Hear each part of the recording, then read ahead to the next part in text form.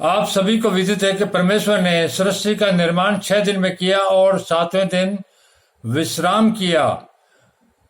उसने आदम और हवा को बनाया और उससे ये सारे संसार के लोग उत्पन्न हुए। लेकिन परमेश्वर ने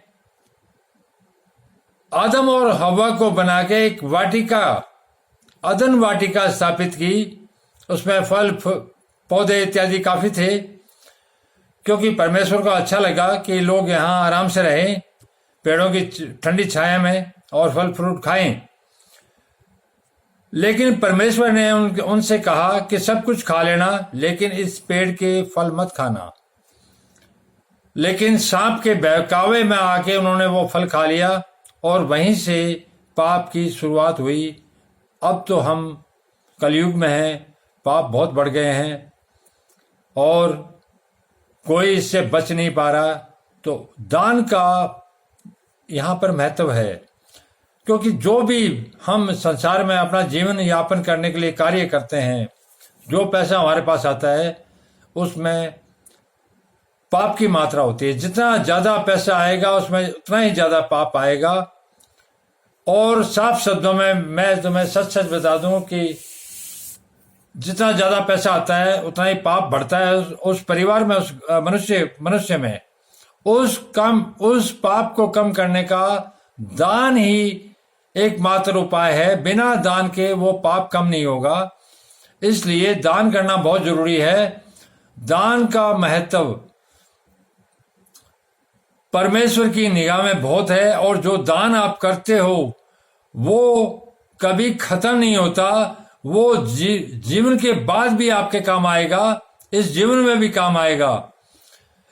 बाइबल के अंदर ही जब लोग पैसे वाले और दूसरे अरबपति खरबपति दान दे रहे थे, तब वहां ईसा मसीह मौजूद थे।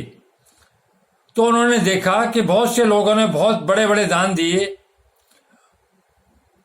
तब ईसा ने कुछ नहीं बोला। लेकिन जब एक वृद्ध महिला के पास 1 ही रुपया था और 1 ही रुपये का उसने दान कर दिया, तो ईसा ने वहां इस बात का उल्लेख किया। बाइबल में आया है, मैं आपको आगे बताऊंगा जब वो आएगा वचन। ईसा मसीह ने कहा कि इससे बड़ा और कोई दान नहीं है। इसका मतलब उसके पास 1 रुपया था, जो 1 रुपया था, वो सारी संपत्ति उसके पास 1 रुपए की थी, सब कुछ उसने अपना दान दे दिया। तो इससे बड़ा और दान क्या हो सकता है? उस दान की महिमा बहुत है।